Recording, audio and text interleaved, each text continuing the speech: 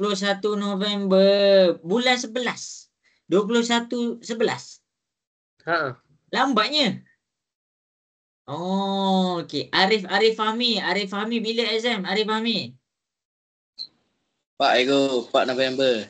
4 November. Ada yang dah mula dah exam bulan November awal tu. Tapi senang cerita bulan November ni bulan kamu exam lah. Okey, jadi kita akan teruskan dah kelas kita. Kita terus kepada perbincangan untuk set 3.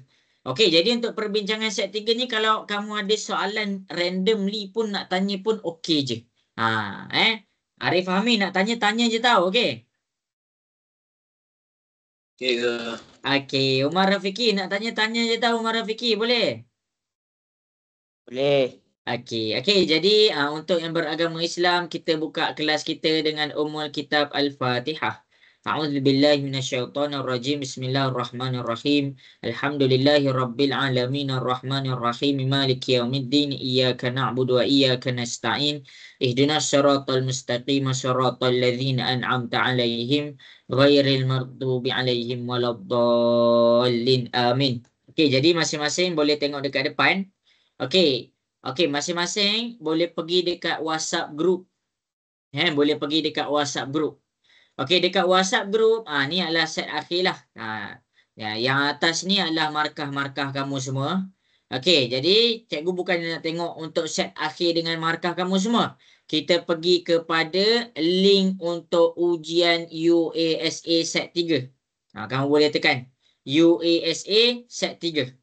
Okey, lepas tu cikgu nak kamu buat apa? Okey, tekan link ni. Tekan link ni.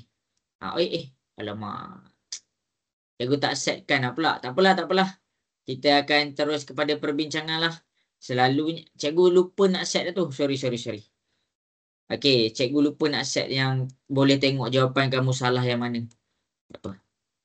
Jangan semua kan. Kita pergi kepada Google Form.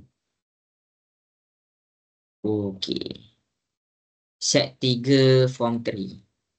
Okey, cikgu terlupa tu. Tapi tak apalah. Kita akan terus kepada perbincangan kelas kita. Banyak sangat kelas cikgu. Kalau kira total pelajar cikgu 130 orang. Okey. 130 orang. Jadi cikgu nak kena fokus semua. Cikgu kalau boleh tak nak abai seorang pun pelajar cikgu. Okey, jadi kita akan pergi kepada perbincangan kita. Jadi kat sini cikgu akan bagi nota dan cikgu akan tunjukkan cara menjawab. Okey, boleh cikgu pergi kepada soalan nombor 1? Boleh. Okey, baik. Okey, jadi masing-masing kita akan pergi kepada soalan nombor 1. Okey, jadi masing-masing boleh tengok dekat depan. Bila kita berhadapan dengan soalan macam ni. Bila kita berhadapan dengan soalan macam ni. Dan kita tak tahu jalan kerja. Ni cikgu tengah ajar cara jawab ni. Bila kita berhadapan dengan soalan macam ni. Buka kurungan 1/3 tutup kurungan kuasa N 81/256. Kita tak tahu ni. Kita tak tahu apa benda ni. Macam mana nak selesaikan ni? Macam mana kita nak selesaikan ni? Okey, jadi dekat sini cikgu nak tunjuk dekat kamu satu cara yang boleh tolong kamu masa nak jawab soalan objektif nanti. Apa dia? Okey, cara tu kita panggil dia cuba dan jaya. Aiden tahu ke Aiden cara ni Aiden? Tahu? Tahu. Okey, bagus. Okey, cuba dan jaya dekat sini adalah satu cara bila kamu tak tahu jalan kerja. Tak tahu jalan kerja. Yang pertama, tak tahu jalan kerja. Dan dekat sini dia dah bagi tahu dah. Dia dah bagi equal. Dia dah bagi sama dengan. Dia dah bagi sama dengan. Jadi masing-masing boleh tengok. Apa yang maksud cikgu tak tahu jalan kerja ni? Cikgu tak tahu sama dengan ni. Cikgu tak tahu ni. Okey, cikgu tak tahu. Dia punya jalan kerja cikgu tak tahu. Tapi dekat sini cikgu tahu bila cikgu masukkan nilai N, cikgu dapat 81/256. Jadi cara dia adalah cuba dan jaya kamu test sahaja A, B, C, D. Contoh kamu pergi dekat soalan A. Okey, -4. A dia -4. Maksudnya dekat sini kamu cuba masukkan 1/3 Cuba masukkan dekat nilai N tu dengan negatif 4. Ini maksud cuba dan jaya. Okey, lepas tu kita tekan kalkulator. Untuk tekan kalkulator, bagi pecahan improper. Pecahan mixed number. Kita panggil mixed number ni sebab ada nombor bulat. Jadi kita buat darab tambah. Kita tukar kepada improper. 3 darab 1 dapat 3. 3 tambah 1 dapat 4. Kita dapat 4/3 negatif 4. Kita pun tekan kalkulator. Kamu tekan kalkulator. Kalau kamu tak reti sangat nak tekan kalkulator, cikgu ajar. Cikgu ajar. Okey, sekarang kalau soalan macam ni nak tekan kalkulator, buka kurungan 4/3 topi kuasa negatif 4. Jadi lepas dekat sini, kamu tekan kalkulator, kamu akan dapat jawapan dia 81/256. Jadi kamu terus dapat jawapan dia. Okey, bermakna satu jawapan dia adalah A. Ini kita panggil dia teknik cuba dan jaya. Jelas ke semua? Boleh faham? Boleh. Ini kita panggil teknik cuba dan jaya. Sebab apa kita boleh tahu jawapannya A? Sebab dia dah bagi sama dengan. Dia dah bagi sama dengan maksudnya lepas kamu masukkan nilai N, tak kisah nilai N tu kamu ambil dekat A ke B ke C ke D, dia akan dapat 81/256. Okey, ini adalah kita punya cuba dan jaya. Tapi kalau kamu tahu jalan kerja, is better lah. Is better. Macam mana jalan kerja dia? Okey, jalan kerja dia adalah 1/3 sama dengan 81/256. Jadi dekat sini, tukar kepada improper fraction. Kita tukar, kita dapat 4/3 kuasa dengan N sama dengan 81/256. Jadi bila kamu nampak dia dalam keadaan seperti ini, kamu boleh cuba tengok. Kamu boleh cuba tengok. 81 tu apa kuasa apa dapat 81. Okey. Kalau dekat sini, cikgu akan dapat 81 adalah sama dengan 3 kuasa 4. Okey. Per dengan 256. 256 adalah datang daripada 4 kuasa 4. Nampak 4 kuasa 4. Jadi bila asas dia dah sama, indeks dia dah sama, maksudnya kita dah keluarkan dah. Dia akan jadi 4/3 N sama dengan 3/4 kuasa dengan 4. Okey, habis. Lepas tu kalau kamu nak terbalikkan ni macam mana? Nak terbalikkan adalah kamu ingat balik hukum indeks negatif. Jadi indeks negatif dekat sini bila kamu terbalikkan dia akan jadi 4/3. Jadi positif, sekarang dia jadi negatif. Okey, bila asas dah sama 4/3, 4/3 kamu boleh potong. Jadi jawapan kamu adalah N sama dengan negatif 4. Ini adalah apabila kamu tahu jalan kerja. Okey, ini adalah apabila kamu tak tahu jalan kerja. Jadi kita Nazran kata, Nazran rasa kita kena faham tak jalan kerja ni Nazran? Cikgu nak tanya Nazran. Kena faham tak jalan kerja ni? Kena. Yes, kena. Kenapa kena? Sebab soalan ni boleh masuk dekat bahagian B dengan bahagian C. Jadi at least kita tahu step. Tak kamu boleh tengok step cikgu tunjuk ni step jalan kerja. Cuba dan jaya kamu boleh buat hanya pada soalan objektif. Subjektif tak boleh ada cuba dan jaya sebab untuk subjektif dia tak bagi nilai A, dia tak bagi B, dia tak bagi C, dia tak bagi D. Jadi nak tak nak kena tahu jugalah jalan kerja dia. Jelas ke semua soalan nombor 1? Boleh faham? Boleh. Okey. Okey, jadi kita akan pergi kepada soalan yang berikutnya. Okey, untuk soalan yang berikutnya kita akan pergi kepada soalan nombor 2. Cikgu dah pergi dah soalan nombor 1. Okey, soalan nombor 2. Masing-masing boleh tengok. Alamak, sorry.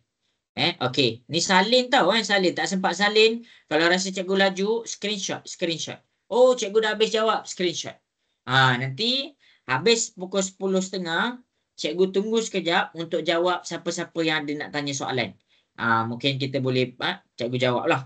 Okey, jadi kita tengok kat sini. Macam mana nak jawab soalan ni? Evaluate 8 kuasa negatif 1/3 darab dengan punca kuasa 64 kuasa 2. Evaluate bermaksud kamu kira. Kira dekat sini kamu pakai kalkulator. Tapi masalahnya ramai yang tak reti pakai kalkulator. Jadi tengok betul-betul. Kalau 8 kuasa 1/3 kita tekan macam mana? Mula-mula kita tekan dulu nombor asas dia. Kita tekan 8. Lepas tu buka topi. Okey, kalau kita punya kuasa dalam pecahan, kita buka kurungan. Negatif 1/3. Kamu boleh tekan kalkulator. Okey, kita sama-sama tekan. Okey, tekan sebiji macam cikgu tunjuk. 8 kuasa negatif 1/3 dalam kurungan. Kamu tekan kalkulator, kamu akan dapat jawapan dia adalah 1/2. Ini adalah untuk yang warna biru. Yang warna hijau ni macam mana? Yang warna hijau ni kalau kamu nak tekan kalkulator, kamu tekan je lah sebiji. Macam mana? Kamu tekan punca kuasa, lepas tu 64, lepas tu kuasa 2. Jadi kat sini kalau kamu tekan kalkulator, kamu akan dapat jawapan dia adalah 64. Kenapa? Sebab punca kuasa 2 dengan kuasa 2 kita boleh potong. Dia ibarat apa? Dia ibarat macam ni. Cikgu tunjuk dekat kamu. Okey, punca kuasa 64 kuasa 2. Punca kuasa kita tukar kepada kuasa. Jadi kita akan dapat 64 kuasa 2. Punca kuasa ni dia jadi 1/2. Okey, habis. Lepas tu kuasa dekat luar ni darab dengan dekat dalam. Jadi 1/2 darab dengan 2 dia jadi 1.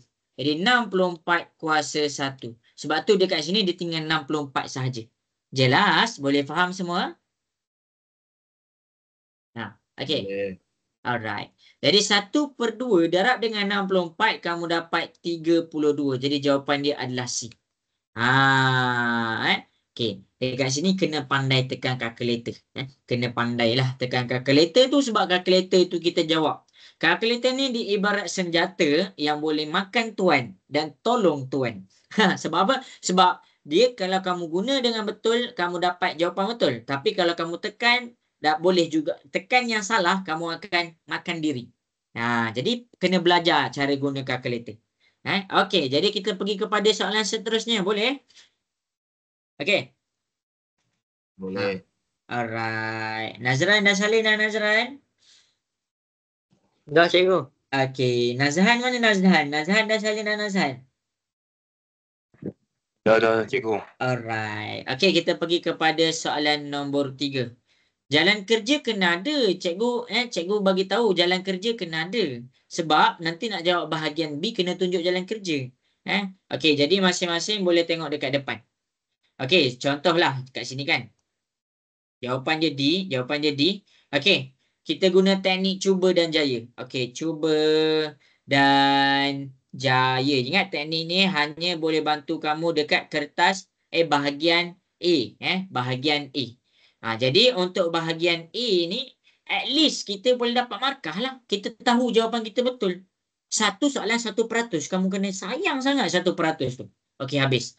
Jadi contoh okey kat sini tadi cikgu tengok jawapan. Jawapannya D 7/8. Sebab cikgu malas nak cuba jaya A, B, C, D. Jadi cikgu terus cuba dan jaya jawapan yang betul dia. Okey, jadi D kita 7/8. Kita pun tekan kalkulator. 81 2Y tolak 1 sama dengan 27. Okey, jadi dia nak tanya kalau solve dekat sini maksudnya dia nak nilai Y ni sama dengan berapa. Jadi dekat sini kalau dekat D ni dia cakap Y ni sama dengan 7/8. Maksudnya masukkan nilai Y tu dengan 7/8 sebab kita dah wakilkan dia. Tolak 1 sama dengan 27. Sama dengan 27 ni tak payah salin. Sama dengan 27 tak salin.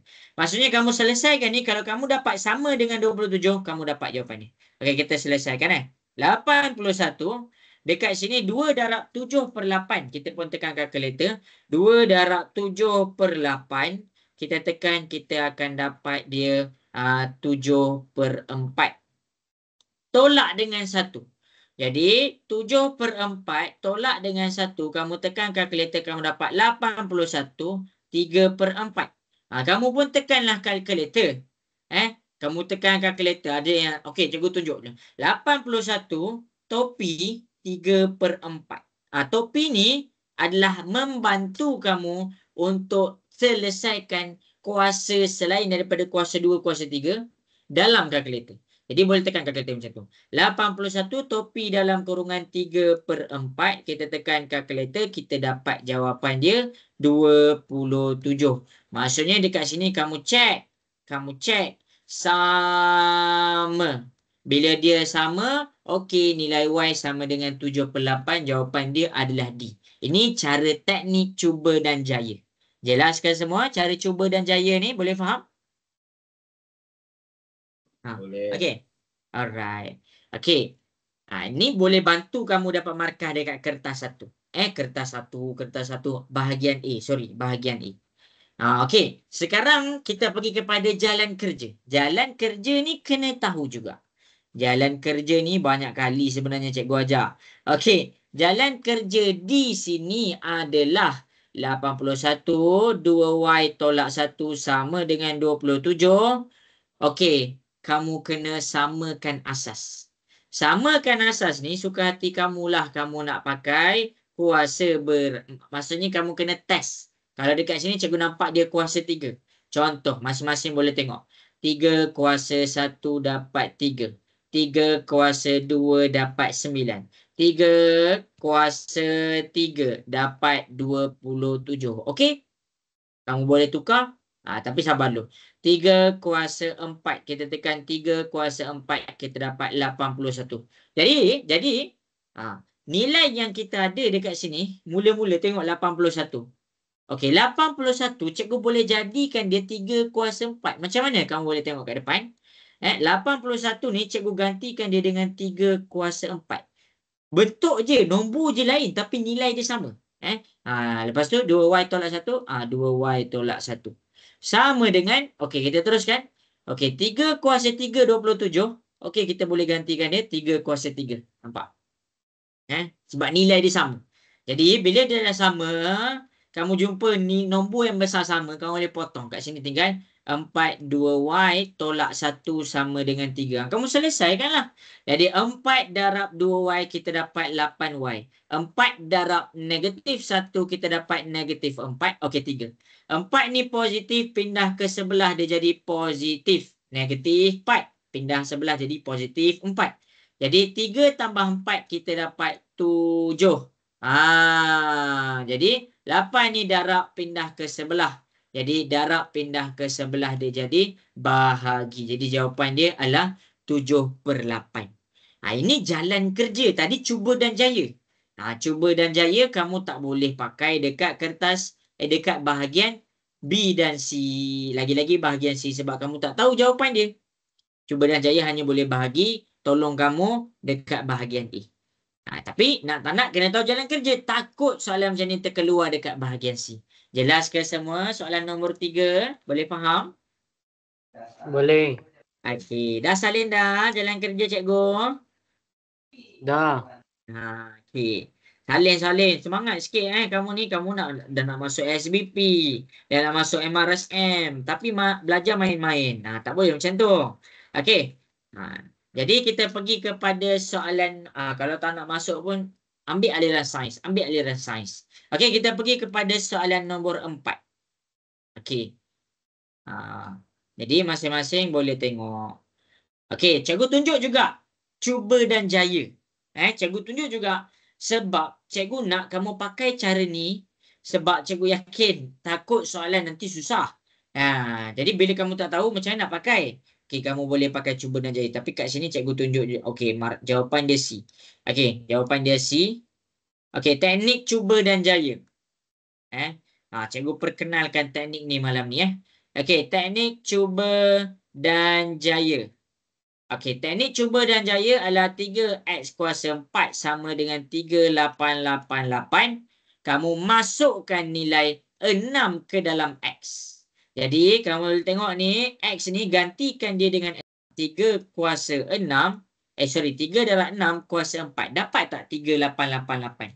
Kita pun tekanlah kalkulator. Jadi nak tekan kalkulator, kamu tekan je lah sebiji. 3 dalam kurungan 6 kuasa 4. Jadi kat sini kamu tekan, kamu dapat 388. Ni kod-kod ada yang tak reti nak tekan kalkulator, cikgu tunjuk. 3 kurungan 6 kuasa 4 ni tak ada dalam kalkulator. Jadi kamu kena letak topi 4. Jadi kamu dapat nilai yang sama. Bila dapat nilai yang sama, itulah jawapan dia. Jadi jawapan dia adalah C. Boleh faham ke semua? Boleh. Alright.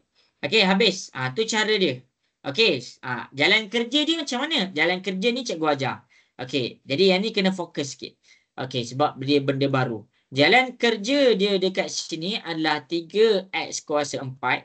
3888. Okey, senang je. 3 ni darab, pindah ke sebelah, dia jadi bahagi. 3888 bahagi 3. Kita pun tekan kalkulator. 3888 bahagi 3, kita dapat 1296. Okey, kalau kuasa 2, cikgu tanya kamu, kalau kuasa 2, kita pindah ke sebelah, dia jadi apa semua? Dia jadi apa? Kalau kuasa 2 pindah ke sebelah, dia jadi? Punca kuasa 2. Jadi kalau kuasa 4 kita pindah ke sebelah, dia jadi punca kuasa 4. Jadi yang ni macam mana nak tekan dalam kalkulator? Okey. Jadi masing-masing ikut cikgu. Mula-mula sekali, yang ni kamu kena tengok kalkulator kamu. Tekan nombor 4.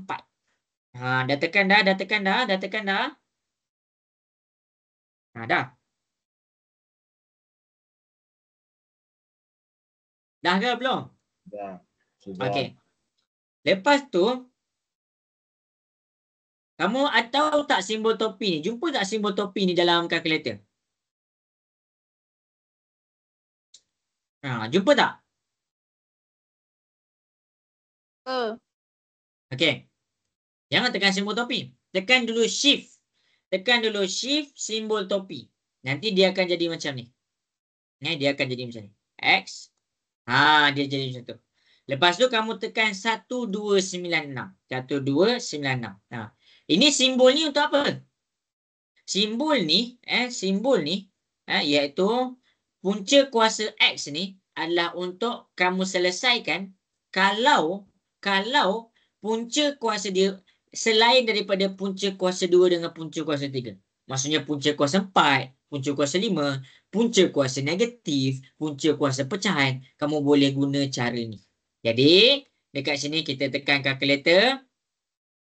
Tekan sebiji. Tekan sebiji 4. Lepas tu shift topi nanti keluar simbol yang warna merah cikgu highlight tu. Tulis 1296, kamu akan dapat jawapan dia X sama dengan 6. Jelas ke semua? Boleh faham? Cikgu tunjuk kat depan. Boleh. Okey. Aiden okey? Dapat Aiden? Dapat. Okey, habis. Okey, selesai. Selesai dah. Okey, kita nak pergi kepada soalan yang seterusnya. Boleh? Boleh. Alright.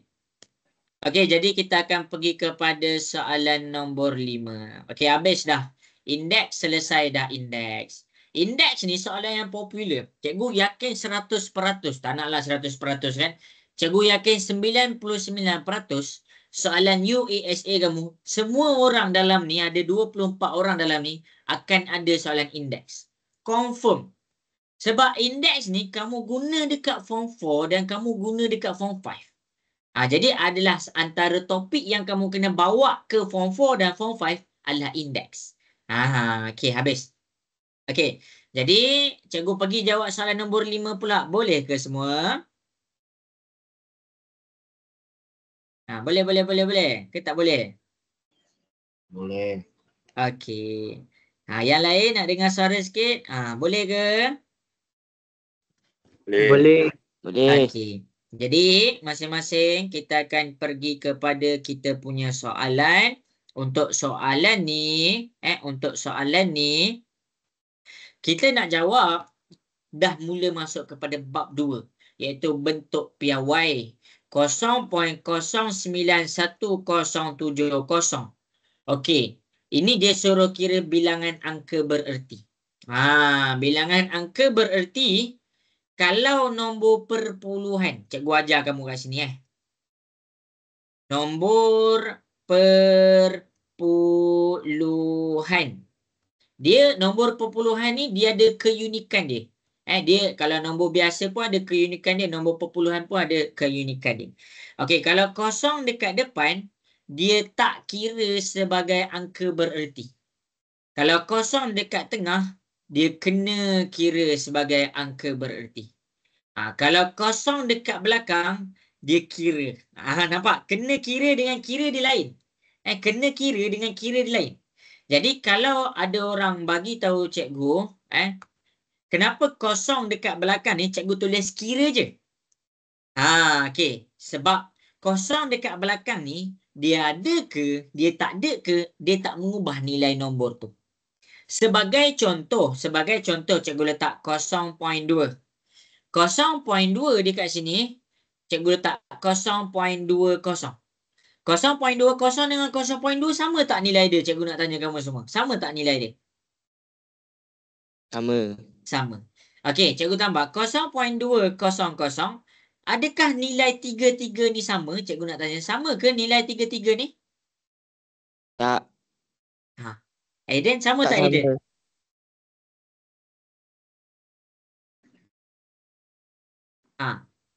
Sama? Tak sama. Tak sama.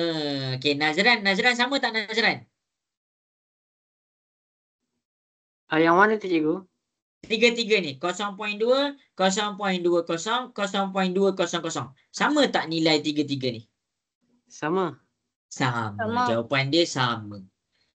Jadi kalau kamu 0.2000 pun nilai dia sama. Sebab apa? Sebab kalau nilai dia sama, cara nak buktikan dia macam mana? Okey, kalau cikgu tekan tambah 1, tambah 1, tambah 1, tambah 1. Cuba kamu tekan dalam kalkulator. Kamu akan dapat 1.2, 1.2, 1.2, 1.2. Nilai dia sama. Nilai dia sama. Jadi nilai kosong dekat belakang bagi perpuluhan, dia tak mengubah nilai di nombor perpuluhan tu. Jelas ke semua? Sampai sini boleh faham? Okey. Boleh. Okey. Tetapi dekat kiraan angka bererti, dia ada perbezaan. Kalau dekat sini, angka bererti dia, kita mula dekat kosong, dekat depan tak kira. 1. Sini ada 1 angka bererti. Kalau dekat sini, 1, 2. Sini ada 2 angka bererti. Kalau dekat sini ada 1, 2, 3. Okey, sini ada 3 angka bererti. Ini nota salin. Kalau dekat sini, 1, 2, 3, 4. Kita ada 4 angka bererti. Nilai dia sama.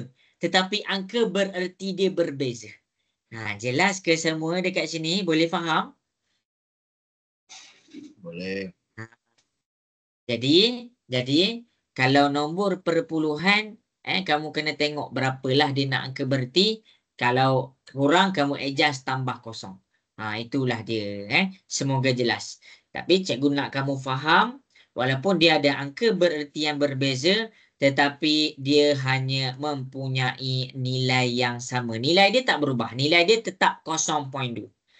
Okey, jadi dekat sini cara kita nak kira angka bererti, kita mula kira selepas kosong di depan ditamatkan. Contoh, dah tamat kat sini, kita kira 1, 2, 3, 4. Jadi kosong dekat belakang kena kira lah. Jadi kita dapat 5 jawapan dia. Jelas ke semua? Boleh faham soalan nombor 5? Boleh. Yang lain macam mana? Okey ke? Okey. Okey. Okey, boleh cikgu teruskan ke tengah salin lagi?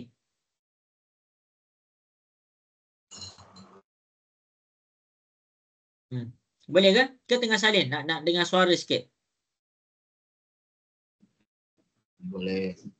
Okey, cikgu minta izin untuk teruskan. Okey. Jadi cikgu minta izin kamu semua teruskan Okey, jadi kita pergi kepada soalan nombor 6. Okey. Sekarang ni kita nak belajar cara tukar kepada bentuk piawai. Tapi kamu kena faham, cara tukar dua-dua lain. Sekarang kita nak belajar, ini kita panggil dia bentuk tunggal. Kita nak tukarkan kepada bentuk piawai. Jadi, bentuk tunggal kita kat sini adalah 40,100. Nak tukar kepada bentuk piawai, kamu kena pastikan kamu ada nilai A darab 10 kuasa N. Ni bentuk piawai. A ni apa? A ni adalah nombor perpuluhan. Yang pertama, nombor perpuluhan. Salin nota cikgu ni. Okey. Yang kedua, titik perpuluhan selepas angka bererti pertama. Titik perpuluhan mesti selepas angka bererti pertama. Maksudnya nilai A di sini adalah, kalau kat sini ada 40,100, kamu kena jadikan dia 4.0100. Maksudnya selepas angka bererti yang pertama ni, kamu ada titik perpuluhan. Sampai situ jelas ke semua? Boleh faham? Okey. Boleh. Okey.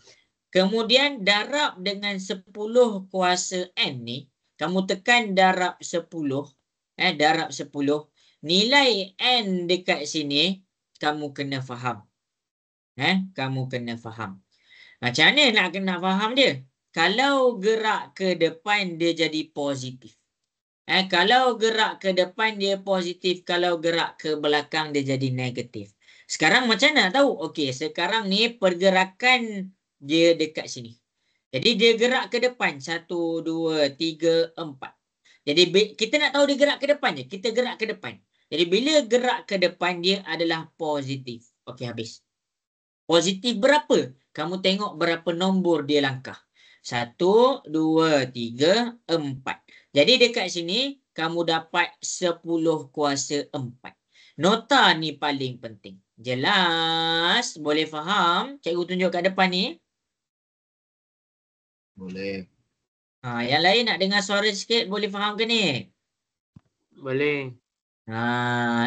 Ini nota dia. Ini nota dia. Salin.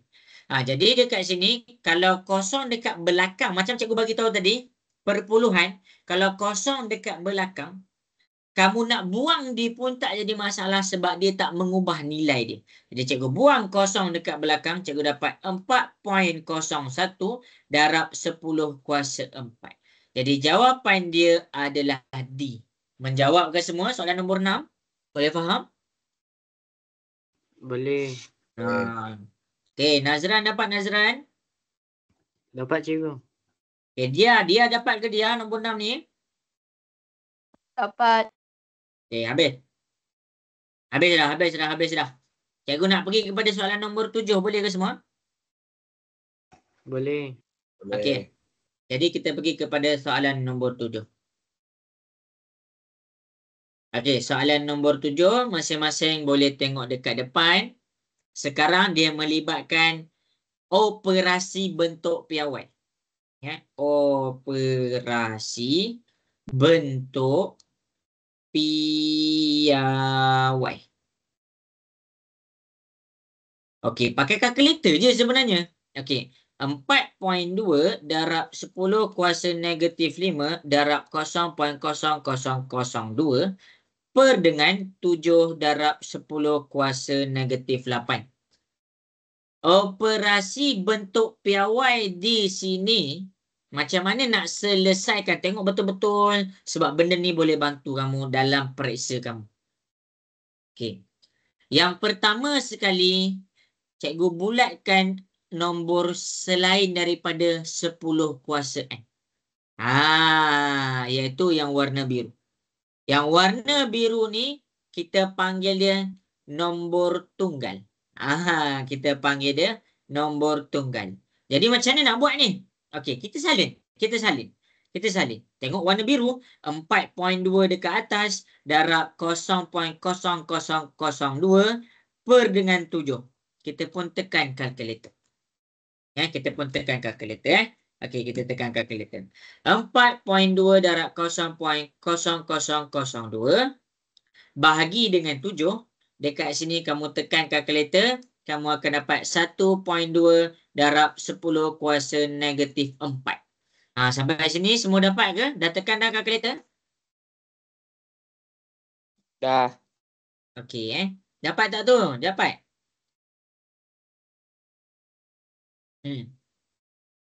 Kalau dalam kalkulator dia bagi jawapan macam ni tau. 1.2, lepas tu ada darab 10 kecil, negatif 4 tu besar. Macam ni lah sebenarnya tu apa maksud dia.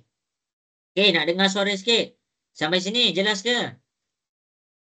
Jelas. Jelas. Okey. Tengok pula yang cikgu bulatkan warna hijau. Warna hijau ni nama dia indeks. Kenapa nama dia indeks? Sebab dia ada kuasa. Jadi 10 kuasa negatif 5, 10 kuasa negatif 8. Bahagi pindah. Bahagi hukum indeks. Bahagi kita tukarkan dia jadi tolak. Macam mana kita nak selesaikan dia? Dia jadi 10 negatif 5 atas tolak bawah. Tolak bawah kita negatif 8. Jadi dekat sini kita akan dapat dia 10 negatif 5 tolak 8. Kita tekan, kita dapat 10 kuasa 3. Sampai sini jelas? Boleh faham? Boleh. Okey ke? Boleh. Okey. Lepas tu nak buat apa? Kita ambil nombor tunggal yang kita jumpa tadi, darabkan dengan nombor indeks. Jadi nombor tunggal kita adalah 1.2 darab 10 kuasa negatif 4. Darabkan dengan nombor indeks yang kita jumpa tadi. Okey, habis. Jadi dekat sini ada lagi nombor indeks. Nombor indeks. Kita ingat apa yang kita belajar bab 1? Kalau darab, dia jadi tambah pula. Dia jadi 1.2 darab 10 negatif 4 tambah 3. Jadi, kamu pun tekan kalkulator. 1.2 darab 10 negatif 4 tambah 3, kamu dapat negatif 1. Dekat sini, jawapan dia adalah B. 1.2 darab 10 kuasa negatif 1. Ini cara dia. Dia tak susah. Hukum indeks. Yang pertama, cikgu selesaikan dekat sini. Hukum indeks adalah AM bahagi dengan AN. Dia akan jadi AM tolak N. Hukum indeks yang kedua, cikgu selesaikan. AM darab dengan AN. Dia akan jadi AM tambah N. Jelas ke semua? Cikgu tunjuk kat sini. Boleh faham? Boleh. Yang lain nak dengar suara sikit. Dengar ke? Jelas ke? Hilang tak? Mana suara? Jelas? Jelas. Jelas. Okey. 1 minit tu Salim.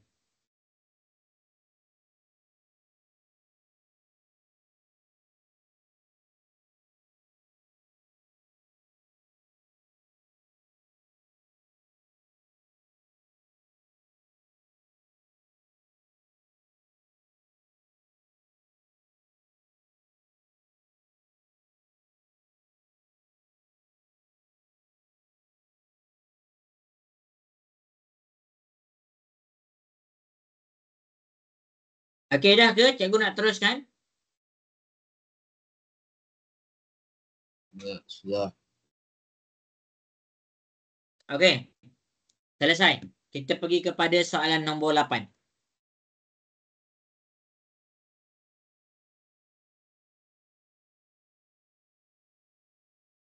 Okey. Jadi, masing-masing boleh tengok. Nombor 8 adalah tentang bab 3. Dah habis dah bab 2. Sekarang kita dah langkah dah. Kita masuk kepada bab 3.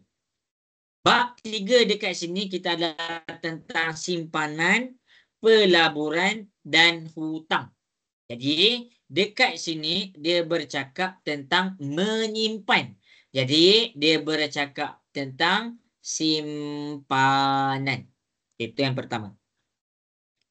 Yang kedua, simpanan kamu hanya ada 3 akaun.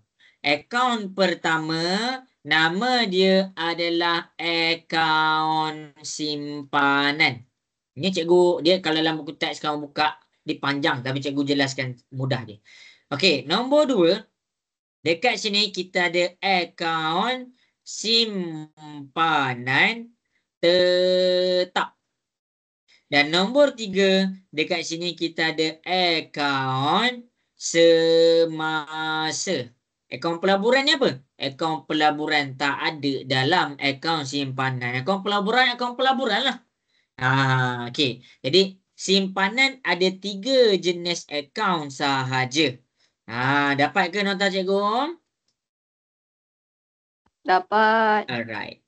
Jadi apa beza dia? Okey, beza dia dekat sini adalah akaun simpanan kamu gunakan untuk transaksi harian. Kamu gunakan untuk transaksi harian. Maksudnya kamu cocok duit sekejap, RM10 kamu keluarkan, lepas tu kamu pergi bayar mamak, pakai kad bank, tu semua pakai akaun simpanan. Okay, nak beli Shopee lah, buka Shopee, okey kena bayar. Duit tu pakai akaun simpanan. Itu untuk transaksi harian. Okey, itu pertama. Yang kedua adalah akaun simpanan dia selalunya diberi dalam keadaan faedah mudah. Faedah mudah. Akaun simpanan tu akaun simpanan. Okey. Akaun simpanan tetap tu apa? Akaun simpanan tetap adalah kita tak boleh cakap dia sebagai transaksi harian. Sebab akaun simpanan dia ibarat tabung. Kalau kamu nak faham, kalau kamu pening sangat, akaun simpanan ni cikgu wakilkan dia sebagai poket. Poket seluar ni, bila-bila masa kamu boleh keluarkan duit, bila-bila masa kamu boleh masukkan duit. Tu poket. Tapi kalau akaun simpanan tetap, tabung ni, bila sekali kamu masukkan duit, kamu susah dah nak keluarkan dah. Boleh nak keluarkan, kamu kena pecahkan tabung tu. Okey. Sama juga dengan akaun simpanan tetap. Dia ada tabung. Jadi, dekat sini, dekat sini, akaun simpanan tetap, dia dipanggil sebagai ada tempoh matang. Tempoh matang. Jadi, bila dah sampai tempoh matang, baru kamu boleh keluar duit. Sama juga macam tabung. Tabung bila dah penuh, bila kamu nak sumbat duit lagi, tak boleh dah nak sumbat dah. Time tu kamu boleh pecahkan tabung tu. Sama dengan akaun simpanan. Tetaplah akaun simpanan tetap. Kita panggil dalam bahasa Inggeris fixed deposit. Okey, selalunya akaun simpanan tetap dia panggil dia faedah compound. Okey. Okey, habis. Dan akhir sekali kita ada akaun semasa. Akaun semasa selalunya melibatkan bisnes. Urusan jual beli. Jadi bila bisnes ni selalunya adalah transaksi yang besar. Tak apalah, pening lah cikgu. Yang lain tak boleh ke? Lain boleh juga, cuma tak sebesar cek. Kalau cek dekat sini, kalau kamu nak keluarkan duit 2 juta, kalau kamu nak keluarkan duit 2 juta, kamu dapat 2 juta duit, dia tak akan bagi dalam duit. Dia bagi dalam cek. Sebab cek untuk transaksi yang besar.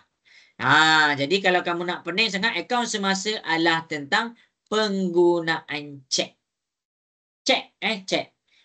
Jadi itu analogi dia. Akaun simpanan ibarat poket yang mana kamu bawa poket kamu setiap hari, kamu boleh keluarkan duit, masukkan duit ikut suka hati kamu bila-bila pun. Akaun simpanan tetap dia ibarat tabung. Sekali kamu simpan, kamu dah setkan simpanan tu dah masuk tabung, kamu tak boleh usik. Nak usik bila? Bila tempoh matang habis. Akaun semasa pula macam mana? Dia guna cek. Bila cek ni maksudnya transaksi dia besar.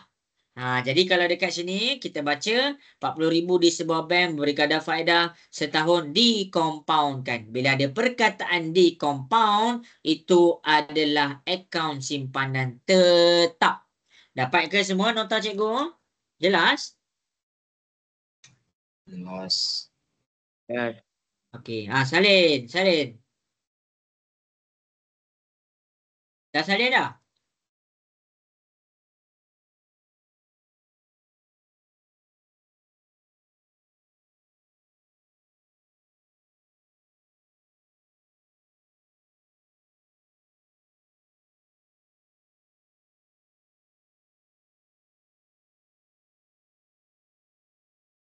Okey, dah ke? Cikgu nak terus kepada soalan nombor 9.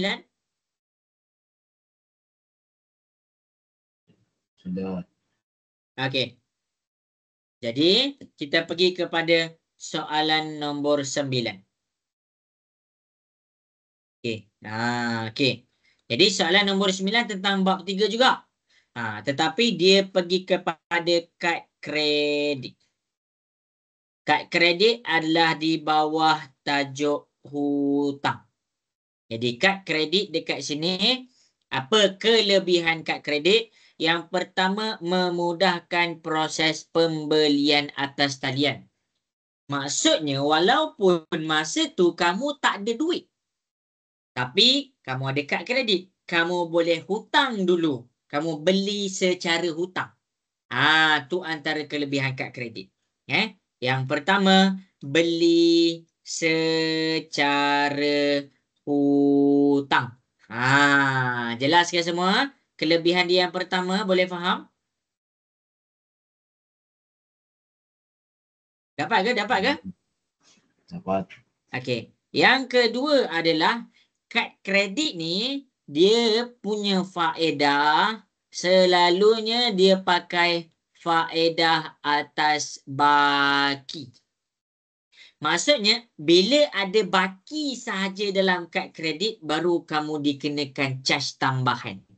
Tetapi kalau kamu bayar jumlah kamu hutang tepat pada masanya, kamu takkan dikenakan faedah. Faedah tu maksudnya tak caj tambahan lah. Jadi sini betul.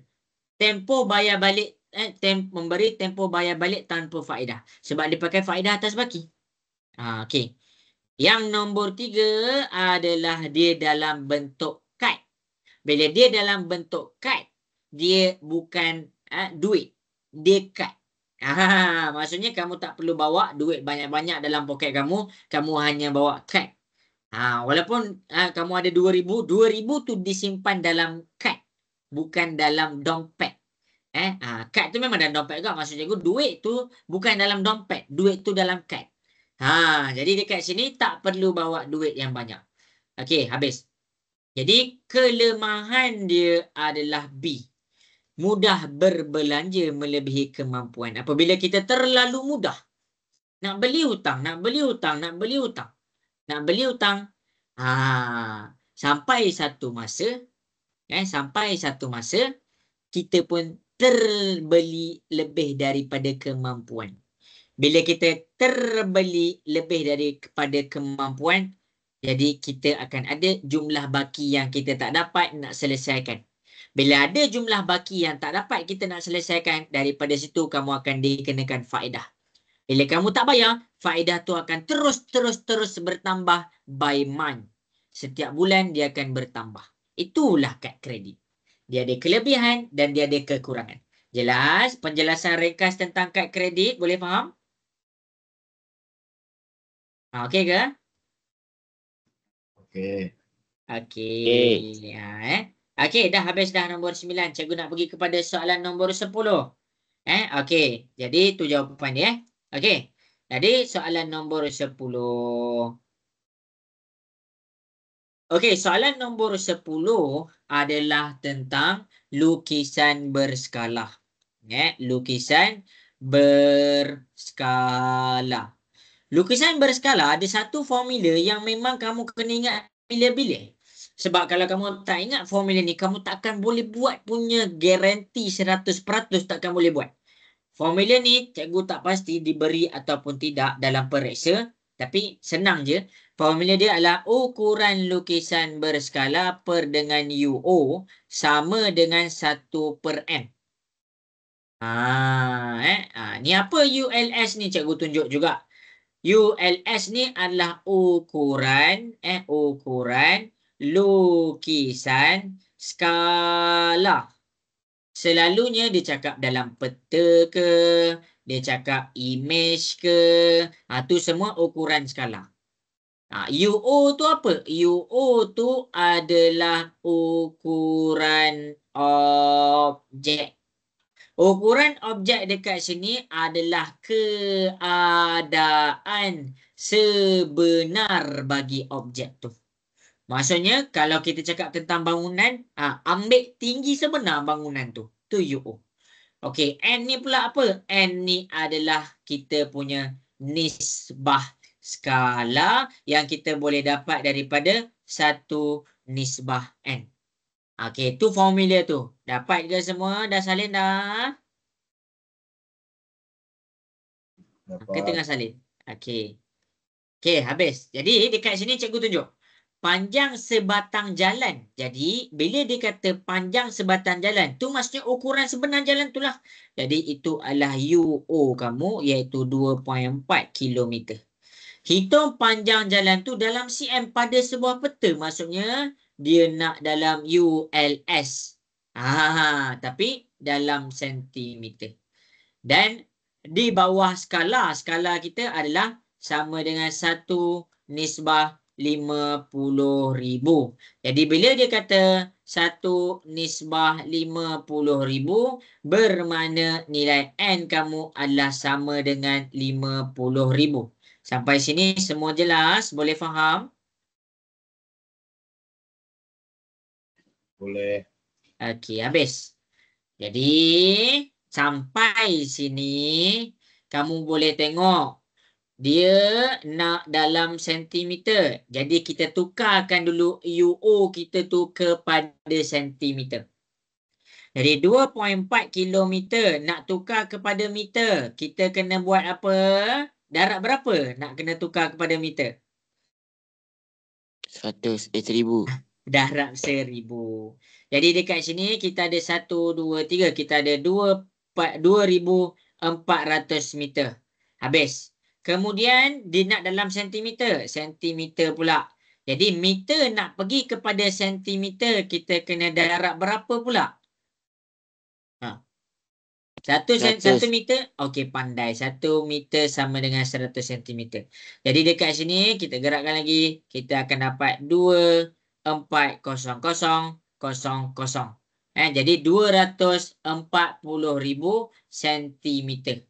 Okey, habis. Kenapa nak kena buat tu? Sebab tu yang kamu nak masukkan dalam kamu punya ULS per UO sama dengan 1/N. ULS kamu adalah 240,000 per dengan UO tu kamu tak tahu. X lah. Sama dengan 1/nisbah N 50,000. Lepas tu buat apa? Darab silang. Terbalik pula. Sorry. ULS UO. Dia nak peta kan? ULS kan dekat atas. Ni ULS tu yang nak tahu. Jadi UO kamu dekat belah bawah. Ini UO kita. Ini adalah kita punya UO dalam sentimeter. Okey, habis. Okey, kita darab silang. Darab silang.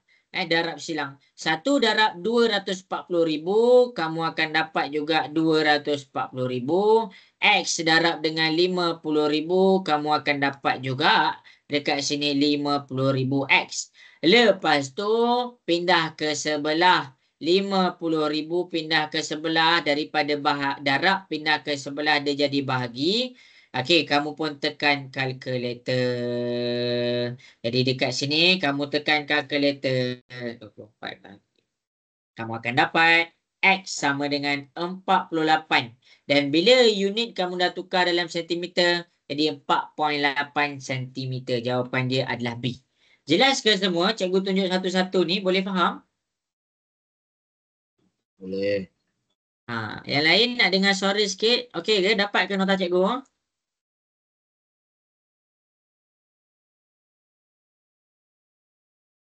Nazhan dapat tak Nazhan? Dapat cikgu, dapat. Okey. Nazran? Dapat cikgu. Okey.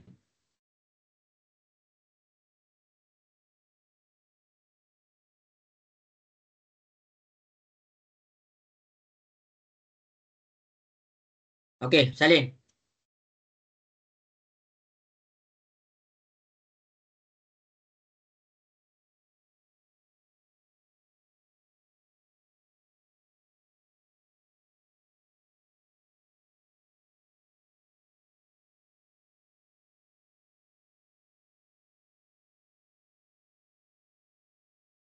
Okey, boleh ke cikgu terus kepada soalan seterusnya?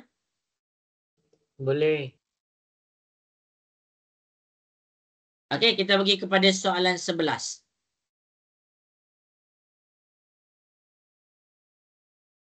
Okey, habis. Sekarang tentang trigonometri. Okey, cikgu bagi nota ni. Kamu salin tahu nota tu. Cara nak buat pun cikgu bagi juga. Yang penting, habis kelas ni kamu faham. Sebab minggu depan dah tak ada kelas dah. Okey. Jadi yang pertama, ini adalah bab 5 yang berkaitan dengan nisbah trigonometri. Nak jawab nisbah trigonometri, kamu kena faham satu formula. Apa formula tu? Formula tu adalah soh kah toa. Okay, untuk penjelasan, cikgu dah ada hantar rakaman kelas. Kamu boleh cek balik. Cikgu siap buka extra kelas lagi untuk soalan ni. Okey. Itu yang pertama. Kena ingat formula dia. Soh ke, kah ke, toa. Itu yang pertama. Ingat formula. Soh kah toa. Ingat dah ke semua soh kah toa ni? Ingat. Okey, kena ingat. Okey, ni yang pertama. Yang kedua adalah kamu kena tahu kedudukan. Kamu kena pandai tentukan kedudukan H, kedudukan O dan kedudukan A. Jadi dekat sini kita nak mula buat soalan ni, kita kena tengok dia nak apa. Tengok dia memang pakai dua benda ni. Contoh dia nak tengok tangent theta. Jadi tangent theta adalah datang daripada formula TOA. Jadi TOA adalah tangent theta sama dengan O per A. Okey, habis. Itulah daripada formula tu kita dapat keluarkan tangent theta sama dengan O per A. Yang kedua adalah kedudukan. H ni kedudukan dia adalah berhadapan dengan 90 darjah. Ini 90 darjah kita. Depan kita ni adalah H kita. Okey, habis. Kemudian O kita adalah berhadapan dengan kita punya sudut. Ini sudut kita berhadapan dengan sudut kita adalah kita punya O. Okey, habis. Dan akhir sekali kita tinggallah A kita. A kita. A tu macam mana pula? Dah ada H, dah ada O. Takkan kamu nak tanya A tu macam mana? Kan segitiga. Segitiga ada 3 sisi je. Okey. Jadi inilah cikgu tulis dia baki sisi. Jadi dekat sini, TOA adalah datang daripada O. O kamu apa? O kamu 8. A kamu apa? A kamu 15. Jadi jawapan dekat sini adalah 8 per 15. Jelas ke semua? Cikgu tunjuk kat depan. Boleh faham? Boleh. Salin. Sekejap.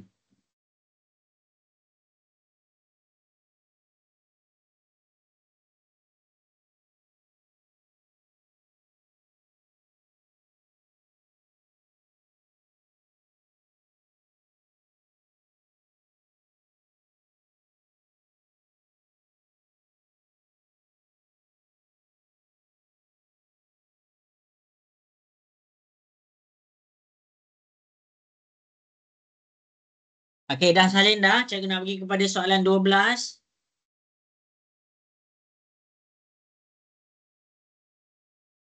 Dah ke?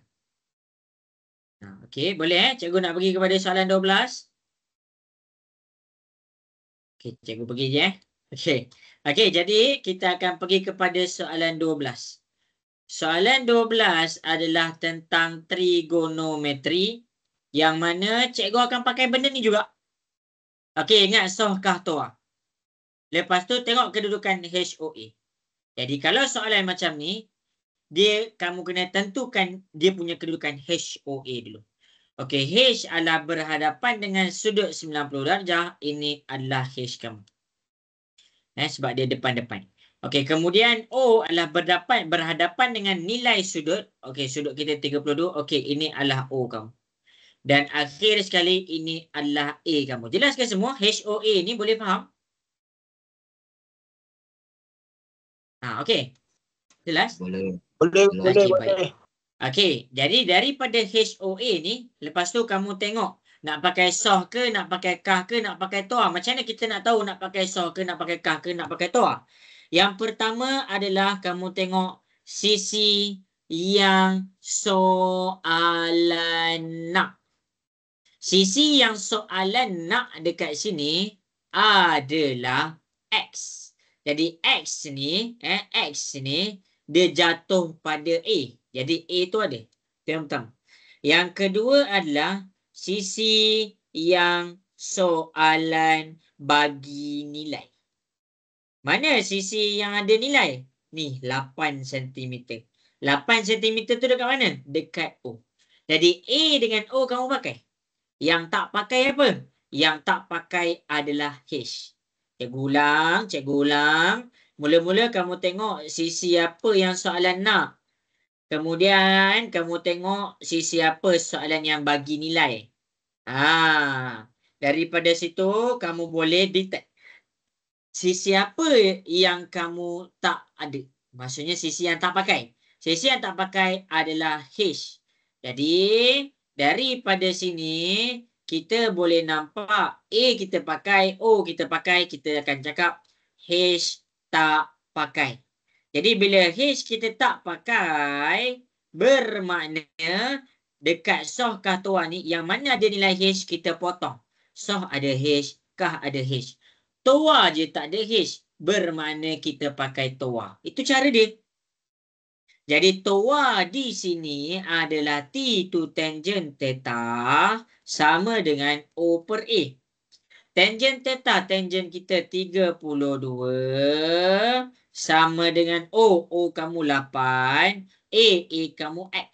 Selesaikanlah.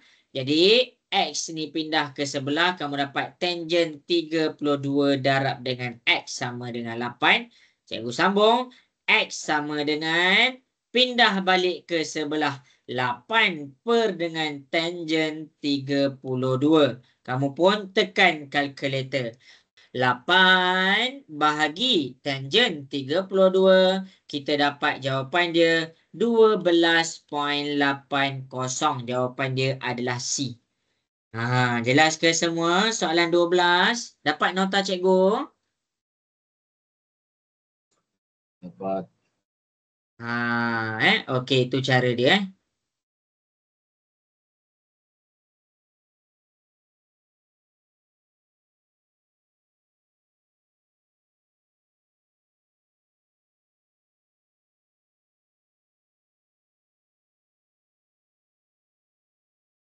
Okey, yang lain dapat tak?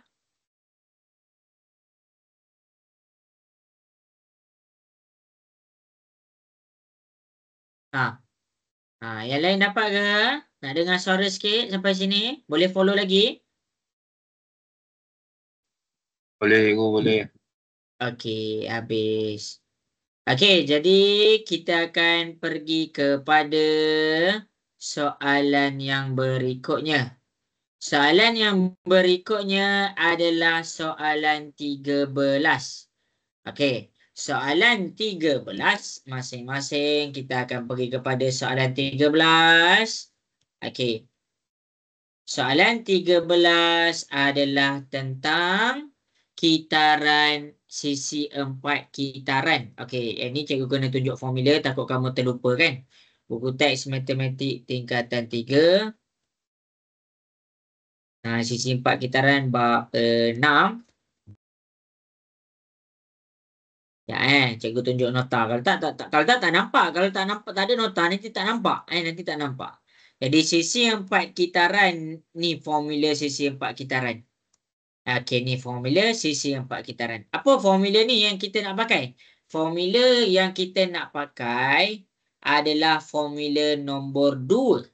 Formula nombor 2 adalah sudut tu dia kena bertentangan. Okey, bagus, dia dah bertentangan. Satu belah dalam, okey, satu belah dalam kita dah ada. Satu belah luar, okey, satu belah luar. Jadi kalau dekat sini nilai belah dalam sama dengan nilai belah luar. Jadi dalam kita adalah, kita jangan ambil X je. Dia X dengan 45. Jadi X tambah 45. Sama dengan belah luar kita ada 70.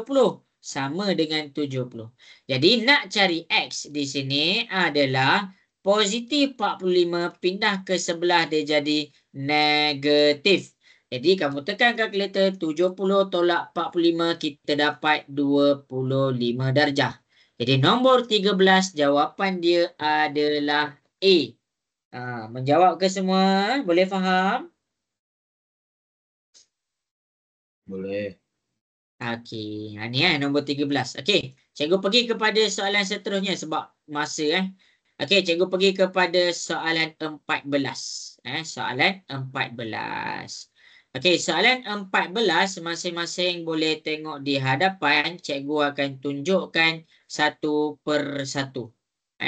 Okey, yang pertama sekali cikgu akan pakai sudut yang dinamakan sebagai sudut tangent. Ini kita panggil dia sudut tangent. Kenapa nak kenal dengan sudut tangent ni? Daripada sudut tangent ni, kita boleh nampak B sama dengan C. Maksudnya satu belah luar sama dengan satu belah dalam. Jadi sini 48, maksudnya belah dalam dia adalah 48 darjah juga. Nampak ke semua sampai sini? Boleh faham? Boleh. Okey Okey. Ini adalah 48 darjah. Okey, habis. Itu yang pertama. Yang kedua adalah kita pakai sudut anak panah. Sudut anak panah cikgu akan tunjukkan. Okey, sudut anak panah kita pakai warna hijau. Okey. Sudut anak panah di sini. Mana sudut anak panah ni? Okey. Mula-mula cikgu nak bagi kamu nampak daripada pusat bulatan kita ada kaki dia dua. Jadi kalau kat sini daripada pusat bulatan kita ada kaki dia dua. Lepas tu kaki dia kita bawa naik ke atas. Kita bawa naik ke atas. Okey, kita pun bawa naik ke atas untuk anak panah dia. Jadi sudut dekat kaki adalah 2 θ. Jadi sudut dekat warna hijau yang cikgu tunjuk ni adalah kena bahagi 2. Jadi sudut warna hijau di sini adalah cikgu akan ambil sudut di kaki dia iaitu 108 bahagi dengan 2. 108 bahagi dengan 2. Dekat sini kita pun tekan kalkulator kita dapat 54. Bermakna sini 54 darjah. Jelas ke semua? Boleh faham? Boleh. Okey, jelas? Jelas. Okey. Yang seterusnya adalah kita ada sudut warna merah. Sudut warna merah dengan sudut warna hijau ni dia membentuk satu bulatan. Satu bulatan sama dengan berapa darjah? 360. 360. Jadi bila nak cari sudut warna merah ni, kita akan ambil 360 tolak dengan 108 darjah. Jadi sudut warna merah adalah 360 tolak 108. Kita dapat 252 darjah. Okey, dapat ke semua sudut warna merah? Okey, dapat. Alright. Jadi dekat sini kita fokus kepada sudut warna hitam sebab cikgu nak dapatkan baki dia yang kecil. Cikgu kena dapatkan baki dia yang besar. Okey, sebelum tu cikgu nak tanya kamu. Daripada pusat bulatan ke sini, apa nama garisan yang cikgu tunjuk ni? Apa nama garisan yang cikgu tunjuk ni? Siapa boleh bagi tahu? Daripada pusat bulatan pergi ke dinding. Apa nama garisan tu? Jejari. Yes, nama garisan tu adalah jejari. Jadi bila dia jejari, maksudnya bila ada 2 nilai jejari, jadi kita akan dapat segitiga sama kaki. Jadi kita keluarkan 108 darjah. Maksudnya cikgu nak cari sudut warna hitam ni. Jadi sudut warna hitam adalah Segitiga sama dengan berapa darjah? Jumlah pedalaman untuk segitiga sama dengan berapa? 180. Pandai. Jadi sudut warna hitam adalah 108 tambah sudut warna hitam pertama, sudut warna hitam kedua sama dengan 180 darjah. Jadi dekat sini kita pindah ke sebelah 108 pindah ni positif dia jadi negatif. Ini 1 tambah 1 kita dapat 2 theta. 180 tolak 108 kita dapat 72. 2 ni darab pindah ke sebelah dia jadi bahagi. Kita akan dapat sama dengan 36 darjah. Maksudnya dekat sini adalah 36 darjah. Jadi sudut yang warna kuning ni adalah tak nampak sangat kan? Okay, adalah 48 tolak dengan 36. 48 tolak 36 kamu dapat 12 darjah. Maksudnya yang warna kuning ni adalah 12 darjah. Jadi masing-masing boleh tengok. Cikgu akan keluarkan kita punya segitiga. Okay, tengok Jangan confuse lagi, jangan confuse lagi. Okey.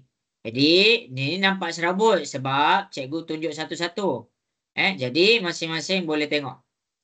Cikgu punya highlight adalah satu poligon yang mana sudut dia adalah sudut yang cikgu dah jumpa. Yang pertama sudut dekat atas ni 54 darjah. Yang dekat tengah ni 252. Yang kaki kecil ni adalah 12 darjah. Jadi kalau poligon ni dia ada 4 bucu. 1, 2, 3, 4. Jadi 4 bucu sama dengan segi 4. Jadi jumlah pedalaman untuk segi 4 sama dengan berapa? Siapa ingat lagi? Tak ingat dia ada formula lah. N tolak 2 darab 180. Jadi N tu jumlah bucu. Jadi sekarang ni N kita sama dengan 4 sebab dia segi 4. Jadi 4 tolak 2 darab 180 kamu dapat 360 darjah. Jadi daripada sini nak buat macam mana cikgu? Banyak sangat ni maklumat ni. Okey. Cikgu tunjuk. Cikgu sebenarnya tunjuk satu-satu ni. Cikgu tunjuk ni. Cikgu tunjuk ni. Cikgu tunjuk ni. Jadi cikgu nak kamu salin sebenarnya. Okey. Jadi macam mana nak cari nilai X? Ni adalah jumlah sudut pedalaman untuk poligon ni. Jadi X sama dengan 360 tolak sudut warna merah dekat atas 54. Tolak sudut yang buka luas 252 tolak sudut yang kecil 12 darjah. Jadi kamu tekan kalkulator. 360 tolak 54 tolak 252 tolak 12. Kamu akan dapat 42 darjah. Jawapan dia adalah D. Soalan ni soalan kebat lah. Dia susah sikit tapi tak apalah. Cikgu tunjuk dah. Dapat ke nota-nota daripada cikgu ni?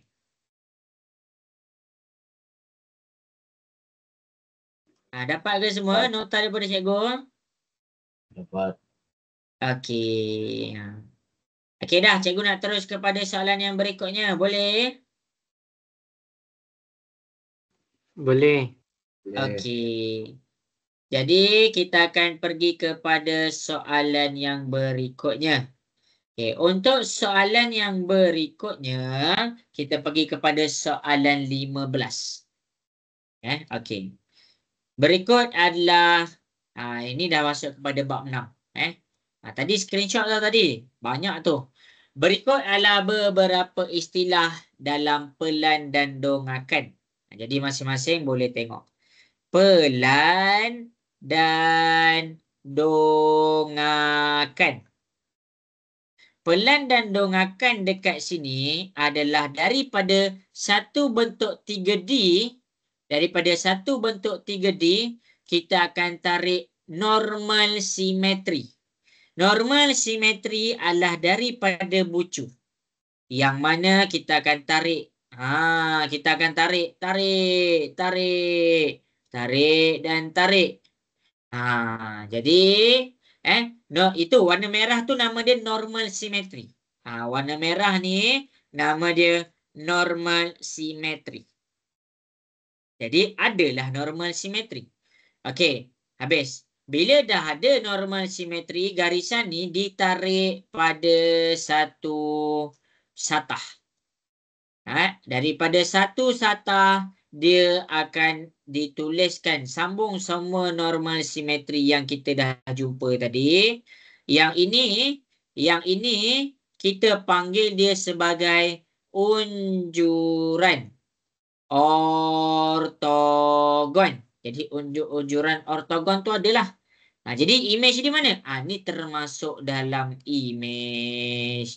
Image ataupun nama dia, pandangan bagi sisi ni adalah macam ni. Jadi yang tak ada apa? Yang tak ada adalah paksi. Kenapa dia tak ada paksi? Dekat sini kita tak pakai paksi. Kita pakai satah. Okey, satah X, satah Y. Jelas ke semua? Soalan 15, boleh faham? Boleh. Okey, habis soalan 15. Okey, kita pergi kepada soalan 16. Garis normal. Okey, kan cikgu dah bagi tahu dah garis normal tadi. Untuk garis normal mesti garis yang mesti berserenjang dengan satah. Mana berserenjang? Berserenjang bermakna dia membentuk 90 darjah. Nampak? Ni kan satah kita, dia membentuk 90 darjah. Dia membentuk 90 darjah, dia membentuk 90 darjah. Itulah garis normal. Jadi kalau garis normal ni, maklumat garis normal ada nombor 15, ada nombor 16. Semoga jelas. Okey, habis. Kita pergi kepada soalan 17. Cikgu pergi laju sikit tau sebab cikgu ada setengah jam lagi. Okey. Cari kecerunan bagi garis lurus. Jadi bila kita nak cari kecerunan, kita kena faham persamaan kecerunan. Persamaan kecerunan ini dia. Apa kelebihan dia? Kamu boleh nampak nilai kecerunan iaitu M.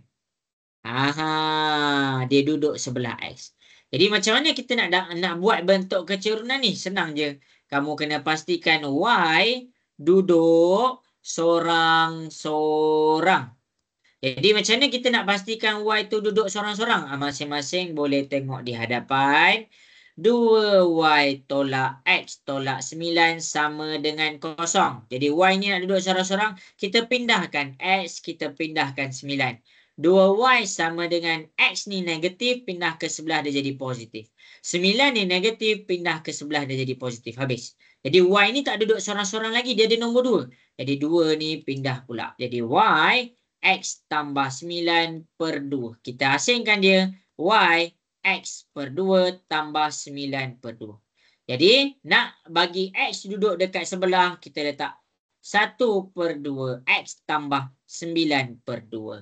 Jadi, mana nilai M kita? Nilai M kita adalah nilai sebelah huruf X. Jadi, jawapan kita adalah C, 1 per 2. Dapat semua?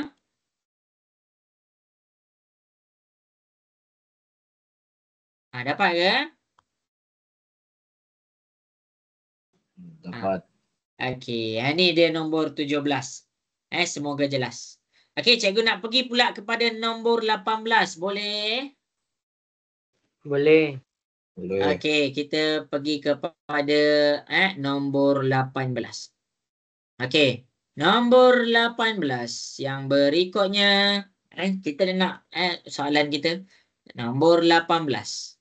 Antara berikut yang manakah terletak pada garis lurus? Okey, kita dah nak habis dah masa. Jadi, kamu fokus kejap. Salin je. Tak sempat salin, screenshot. Habis cikgu jawab satu soalan, screenshot. Habis cikgu jawab satu soalan, screenshot. Nanti study. Nanti study. Okey, jadi ini adalah persamaan apa? Ini kita panggil dia persamaan pintasan. Persamaan pintasan adalah X per A tambah Y per B sama dengan 1. A ni apa? A ni adalah nilai pintasan X.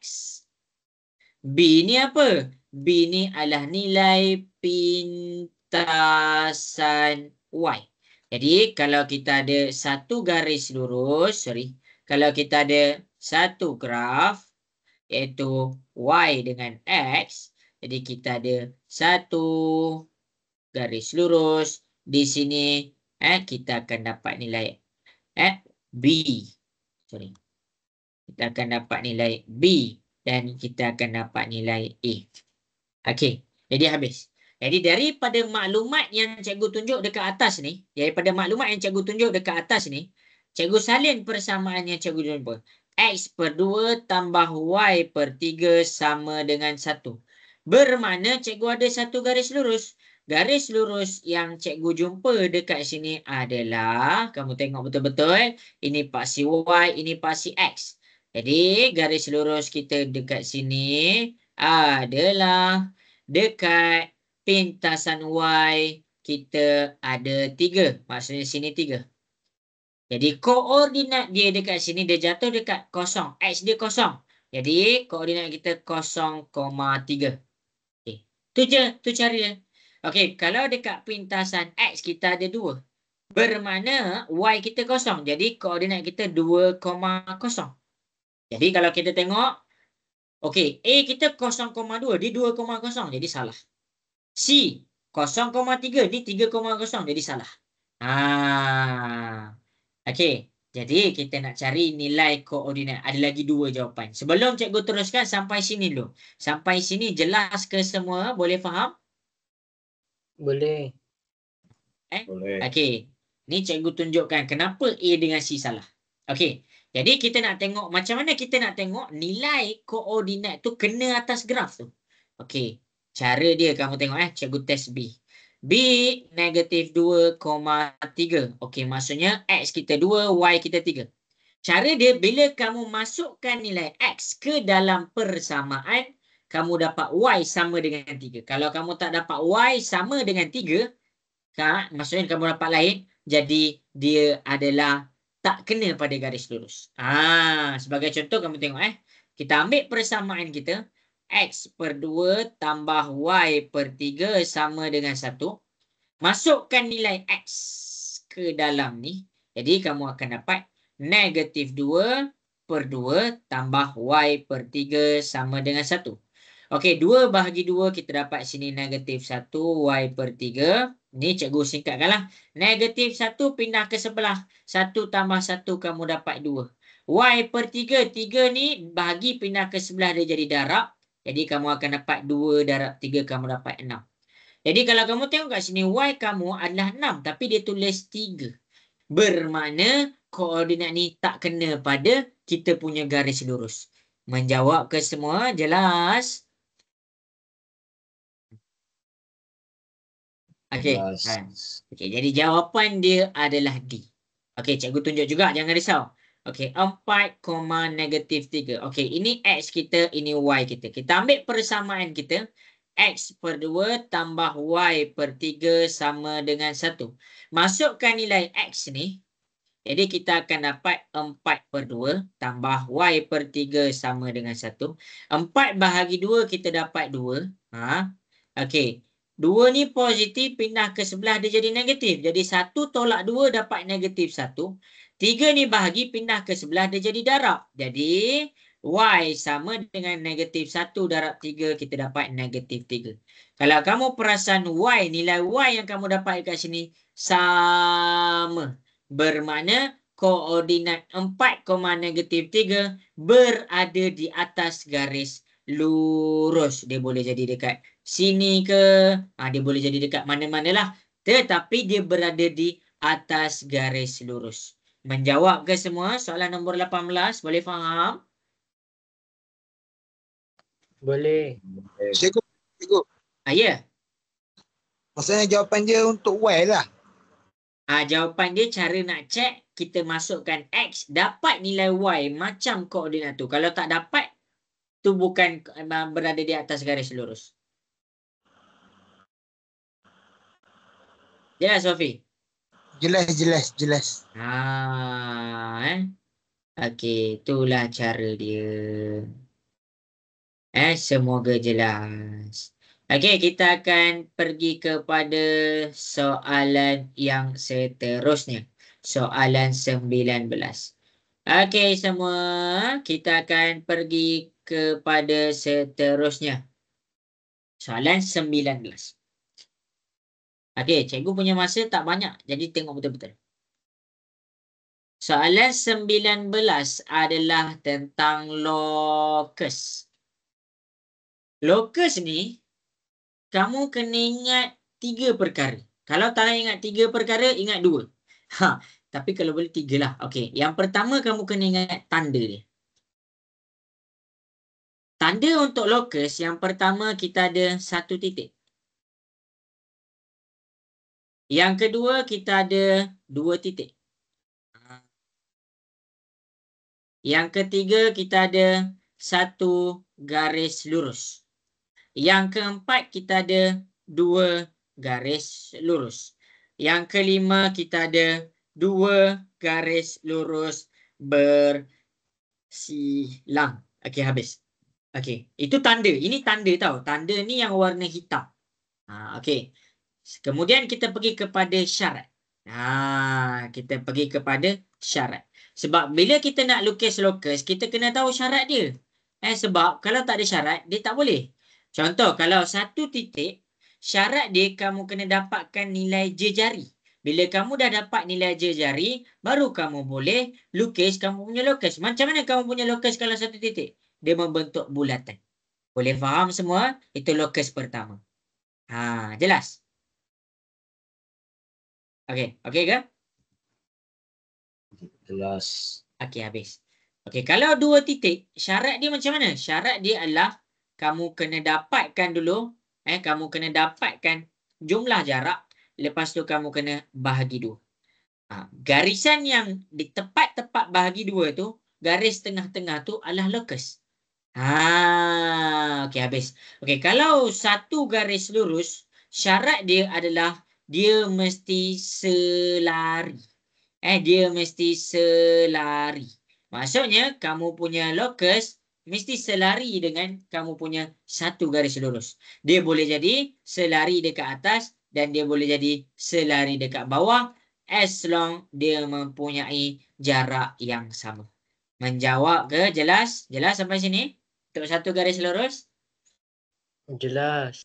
Okey, baik. Untuk 2 garis lurus, dia sama je macam 1 garis lurus. Tetapi locus dia berada di tengah-tengah. Kamu kena dapatkan jarak dia dan kamu lukis 1 garis selari. Habis. Okey, kalau garis bersilang, kamu kena dapatkan pembukaan sudut pula. Pembukaan sudut ni bahagi 2, yang tengah-tengah tu dapat kamu punya locus. Jadi untuk kira ataupun faham locus, kena faham tanda dia. Sama ada dia 1 titik. Kalau 1 titik, syarat dia warna biru. Kalau 2 titik, syarat dia warna ni lah. Kalau 2 titik, 1 garis lurus, syarat dia warna biru. Tengok dulu warna hitam sebagai dia punya tanda. Lepas tu tengok syarat dia. Syarat dia warna biru. Okey, sekarang kita tengok. Kita nak tengok tanda dulu. Tanda dulu. Locus bagi titik P bergerak dalam keadaan jaraknya sentiasa 2 cm dari garis LM. Dari garis LM. Cikgu ulang. Dari garis LM. Garis LM di sini adalah dia punya tanda. Garis LM. Cikgu pun buatlah 1 garisan garis LM. Jadi dia ada 1 je garis lurus. Bermakna bila dia ada 1 je garis lurus, kita pakai locus ni. Jadi kita kena dapatkan dia punya jarak supaya kita dapat locus yang selari. Jadi jarak dia adalah dia punya syarat. Nampak syarat dia dekat sini? Syarat dia adalah 2 cm. Jadi syarat dia dekat sini adalah 2 cm. Sentiasa 2 cm.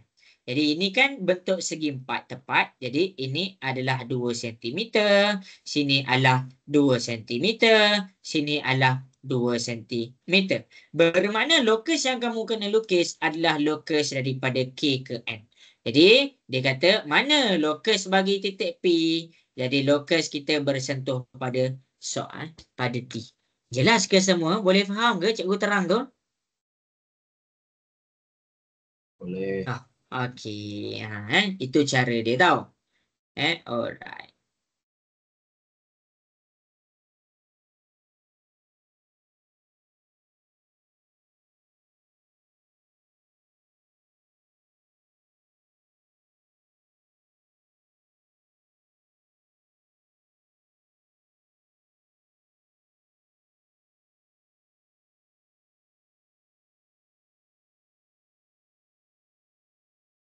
Okey, cikgu nak bagi kepada soalan seterusnya, boleh? Boleh. Alright. Jadi kita akan terus kepada soalan 20. Kena faham yang tu, kena faham yang tu. Okey, habis. Soalan 20 pula ya. Okey, soalan 20 adalah tentang garis lurus selari. Ini adalah bab 9. Okey, garis lurus selari. Macam mana kita nak tahu garis lurus selari? Dia ada satu ciri-ciri. Bila kita cakap ada dua garis lurus selari, maksudnya dia ada dua persamaan. Jadi persamaan pertama punya kecerunan mesti sama dengan persamaan kedua punya kecerunan. Bila dia mempunyai nilai yang sama, maksudnya itu adalah selari. Sampai situ semua jelas ke? Boleh faham? Boleh. Okey. Jadi dekat sini kita kena cari kecerunan RS. Berapa kecerunan R ke S? Jadi masing-masing boleh tengok. Kita cari kecerunan RS. RS kita 2Y tambah X sama dengan 8. Okey. Jadi Y tu kena tinggal seorang-seorang. X tu pindah ke sebelah. S ni positif. Bila positif kita bawa dia jadi negatif. Negatif positif 8. Okey, habis. Okey, habis sampai sini dua ni darab pindah ke sebelah dia jadi bahagi. Negatif X tambah 8 per dengan 2. Okey, habis. Jadi asingkan X per 2 tambah 8 per 2. Selesaikan. Jadi kita akan dapat negatif 1 per 2. X tambah 8 bahagi 2 kita dapat 4. Bermakna dekat sini kita dapat kecerunan RS adalah negatif 1 per 2. Sampai sini jelas ke semua? Boleh faham? Okey, jelas ke kurang? Jelas. Alright. Okey, jadi kita nak jawab yang manakah garis lurus selari dengan PQ. PQ. Jadi dekat sini dia nak tanya persamaan PQ. Okey. Dekat soalan A, B, C, D di sini dia bagi dalam bentuk persamaan am. Persamaan am bentuk dia adalah AX tambah BY sama dengan C. Jadi cara dia adalah daripada kamu punya nilai yang kamu jumpa tadi, iaitu ambil persamaan RS kamu, iaitu Y sama dengan negatif 1 per 2X tambah 4. Kamu jadikan dia kepada persamaan am. Iaitu pindahkan sahaja. Jadi kamu dapat Y tambah 1 per 2X sama dengan 4. Jadi nak cari persamaan PQ adalah kamu kena pastikan persamaan tu nilai sebelah X mesti sama dengan 1 per 2. Barulah dia dapat persamaan yang sama. Jelas ke? Boleh faham? Boleh. Okey, kalau dekat D, dekat sebelah X ni, ini adalah negatif 1 per 2. Jadi D salah. C ni sebelah X ni negatif 2. Kita nak 1 per 2. Jadi C salah. B, sebelah X ni 2. Jadi dia nak 1 per 2. Jadi salah. Jadi X per 2 dia sama dengan 1 per 2. Jadi jawapan kita adalah A. Tu cara nak jawab dia. Tu cara nak jawab dia.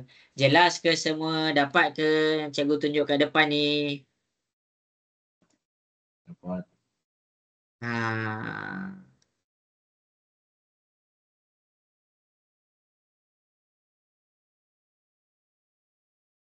Okey ke semua? Soalan nombor 20 ni. Okey. Alright. Okey, selesai. Okey, kita akan pergi kepada soalan yang berikutnya, iaitu soalan nombor 21.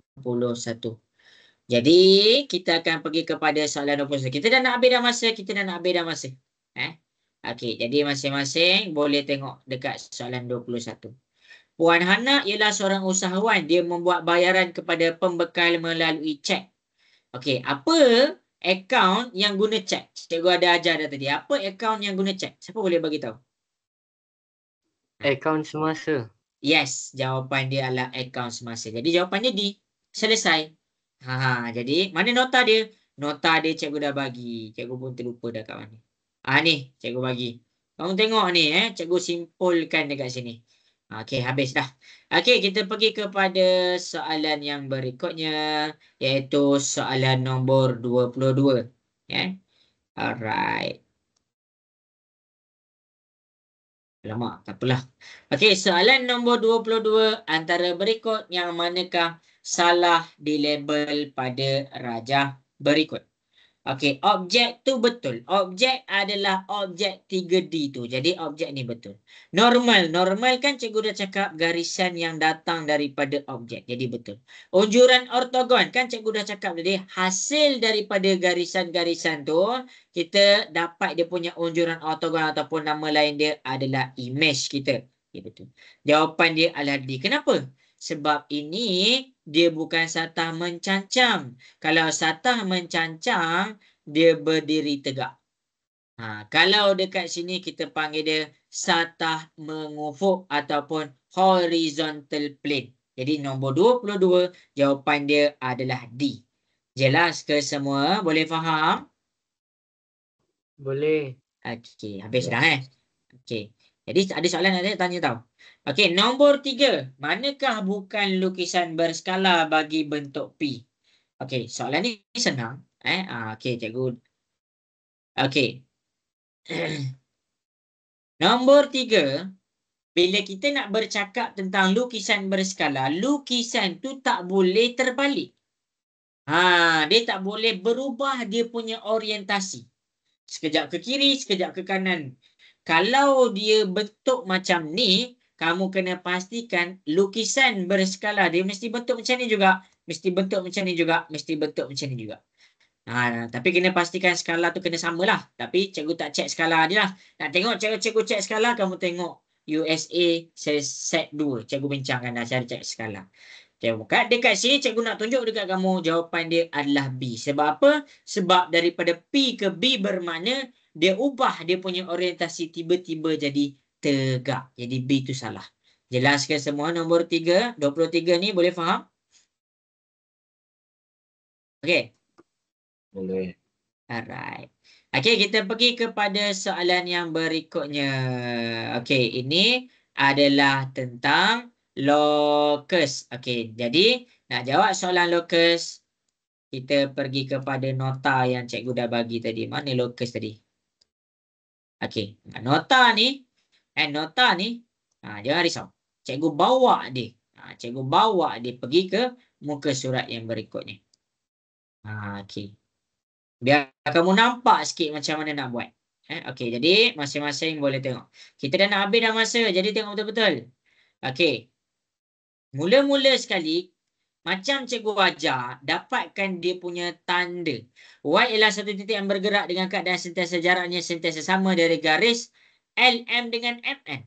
Jadi itu tanda dia.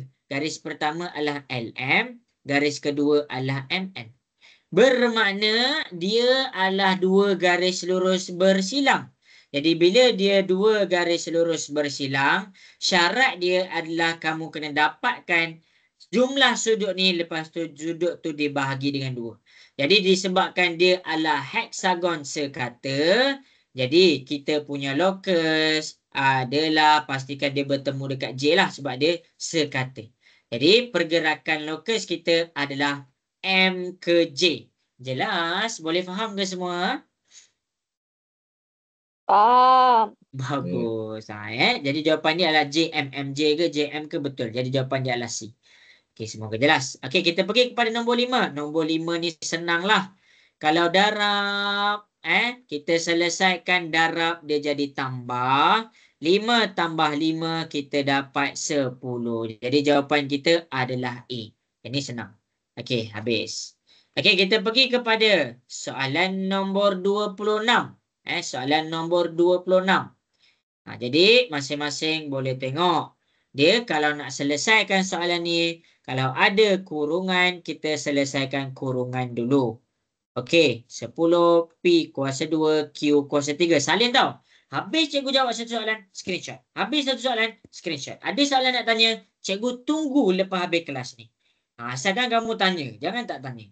Okey, untuk selesaikan yang dalam kurungan, kamu kena nampak semua ada kuasa. Jadi 2 ni dia ada kuasa juga, dia kuasa 1. Jadi kamu kena darab 2 darab 2, 2 darab 3, 2 darab 1. Jadi 2, 1 darab 2 dapat 2. P, 3 darab 2 dapat 6. Q, 2 darab 2 dapat 4. P dengan 10 P kuasa 2, Q kuasa 3. Okey, 2 kuasa 2 kamu hasilkan 2 kuasa 2 bahagi 10. Kamu tekan 2 kuasa 2 bahagi 10. Kamu akan dapat 2/5. Kamu tekan kalkulator sendiri.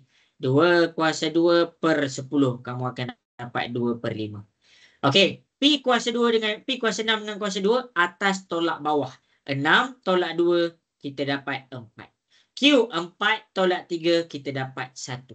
Jadi dekat sini jawapan dia adalah B.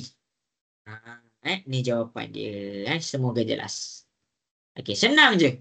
Okey, kita pergi kepada soalan berikutnya. Cikgu pergi laju sikit sebab dah pukul berapa dah? Ada sikit je masa cikgu. Okey, cikgu pergi kepada soalan nombor 27. Ni rasa dah macam pernah jawab. 4 tolak 0.286 bahagi 60. Pertama sekali, kamu tekan je straight dalam kalkulator. 4 tolak, tekan sama-sama. Tekan 4 tolak 0.286. Lepas tu tutup kurungan terus bahagi 60. Jadi kamu akan dapat 0.0619. Jadi dia nak 2 angka berti. Ini angka berti pertama, angka berti kedua. Kita buat tiang. Kalau nombor 9, kita kena tambah 1 nombor depan dia. Jadi kita akan dapat 0.061 tambah 1 dapat 2. Jawapan dia adalah C. Ini nombor 27. Jelas ke semua nombor 27 ni? Ke dah tidur dah semua ni? Jelas? 27? Mak tidur ke? Okey, bagus. Okey. Alright. Jadi kita pergi kepada nombor 28. Okey, jadi nombor 28, tengok betul-betul. Ungkapkan sebagai satu nombor tunggal. 2.438 darab 10 kuasa negatif 5. Kan cikgu dah ajar tadi. Kan cikgu dah ajar. Kalau dia ke depan, dia positif. Kalau dia ke belakang, dia negatif. Jadi, sekarang ni, dia ibarat kamu nak hilangkan negatif 5, kamu kena tambahlah 5. Jadi, bila tambah 5 dekat sini, supaya hilang 10 tu kan. Jadi, negatif 5, kamu kena tambah 5. Jadi, bila tambah 5, kamu kena ni tambah gerak ke depan 5 kali. Jadi 1, 2, 3, 4, 5. Jadi 0 point, ada berapa kosong ini? 1, 2, 3, 4. Salinlah. 1, 2, 3, 4. Lepas tu salin balik. 2, 4, 3, 8. Bentuk piawai ingat ni je. Ke depan tambah, ke belakang negatif. Itu saja. Jadi kita akan dapat kosong dia ada 4. Jawapan dia adalah C. Jelas? Boleh faham? Boleh. Okey, baik. Jadi kita pergi kepada nombor 29. Nombor 29. Kita dah nak habis dah masa ni. Tapi tak sempat kot 40 soalan. Tapi cikgu Ellie dah jawab sampai 29. Sebuah lantai berbentuk segi 4 tepat. Ada satu segi 4 tepat. Yang mana panjang dia 3,600 cm. Lebar dia adalah 2,000 cm. Seluruh lantai itu ditutup dengan 1.8 darab 10 keping jubin. Hitung panjang sisi dalam cm setiap jubin itu. Jubin ni tiles. Kalau tak faham, jubin mozaik. Jubin ke, mozaik ke, tiles. Yang mana? Yang segi 4 sama tu. Jadi, cara nak jawab dia adalah yang pertama sekali, kita kena faham. Yang kita kena cari dia punya luas segi 4 tepat ni. Luas bagi lantai. Jadi bila kita nak cari luas lantai, kita ambil panjang darab lebar. 3,600 darab dengan 2,000. Kita pun tekan 3,600 darab dengan 2,000. Jadi kita dapat 3,600 darab dengan 2,000. kita dapat dekat sini adalah 7.72%. Jadi kita tukar kepada bentuk piawai. Ingat balik kan cikgu dah ajar tadi. Ke depan dia tambah, ke belakang dia negatif. Jadi nak tukar kepada bentuk piawai ni, kamu punya perpuluhan dekat belakang sekali. Jadi kamu kena ke depan. 1, 2, 3, 4, 5, 6. Jadi kamu akan dapat 7.2 darab 10 kuasa 6. Ini luas rantai. Jadi dekat sini kita ada luas mozaik ataupun tiles. 1.8 darab 10 kuasa 4. Okey. Jadi ini luas tiles. Ini adalah luas tiles. Jubin ni dia punya jubin ni adalah dia punya ni lah. Dia punya luas jubin ni. Seluruh rantai ditutup oleh jubin yang luas dia 1.8 darab 10 kuasa 4. Jadi kita nak kena buat apa? Kita ambil luas lantai bahagi dengan luas tiles supaya kita dapat ukuran satu tiles. Jadi dekat sini luas lantai kita 7.2 darab 10 kuasa 6 per dengan 1.8 darab 10 kuasa 4. Senang je. Kamu ambil kalkulator, tekan kalkulator. 7.2 bahagi 1.8 dekat sini kamu dapat 4. 10 kuasa 6 dengan 10 kuasa 4 nak macam mana? 6 tolak dengan 4, kamu dapat 2. 10 kuasa 2. Maksudnya, ini adalah luas ukuran satu tiles. Jadi, dekat sini luas ukuran satu tiles, dia nak panjang sisi je. Jadi, kat sini panjang, luas adalah 4 darab 10 kuasa 2. Ni luas satu tiles. Ni luas satu tiles. Jadi kita nak cari dia punya panjang, dia punya lebar. Jadi kita tak tahu dia punya panjang, kita gantikan dengan X. Lebar pun sama, kita ganti dengan X. Sebab apa? Sebab luas adalah panjang darab lebar. Jadi X darab dengan X sama dengan 4 darab 10 kuasa 2. X darab X kita dapat X kuasa 2. Jadi 4 darab 10 kuasa 2 ni senang cerita. Kamu tukar kepada bentuk tunggal. Kamu akan dapat 400. Kuasa 2 pindah ke sebelah. Dia jadi punca 400. Punca 400. Kamu tekan kalkulator. Kamu dapat 20. Jawapan A. Jawapan nombor 9 adalah 20. Maksudnya lebar ataupun panjang bagi satu tiles adalah 20 cm. Jadi kamu boleh tengok kiraan dia daripada sini, ke sini, ke sini. Nanti tengok tau. Okey, jadi cikgu minta maaf lah. Cikgu dah habis sudah masa. 29.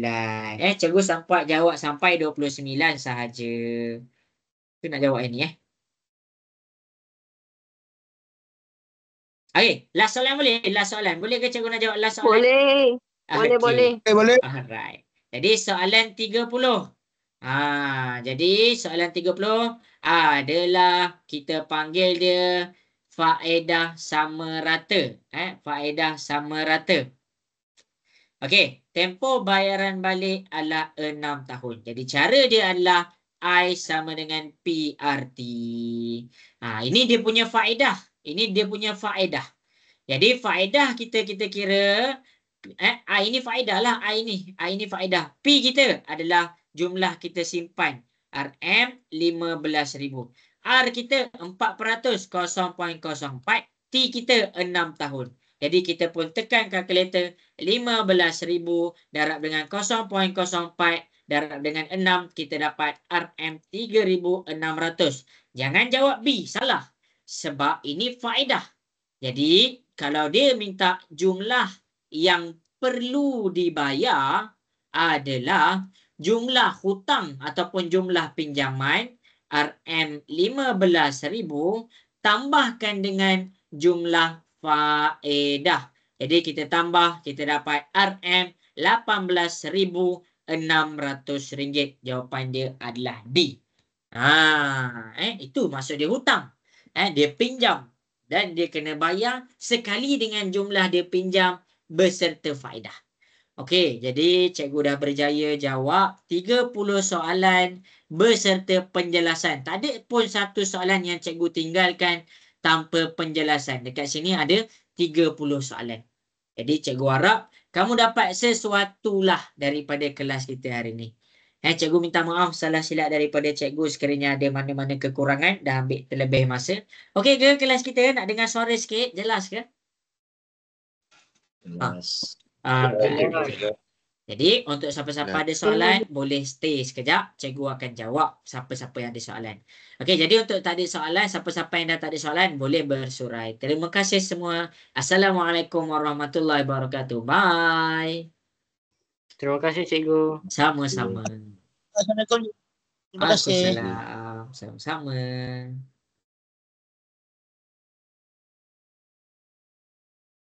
Lia, Khairi Mifzal ada soalan?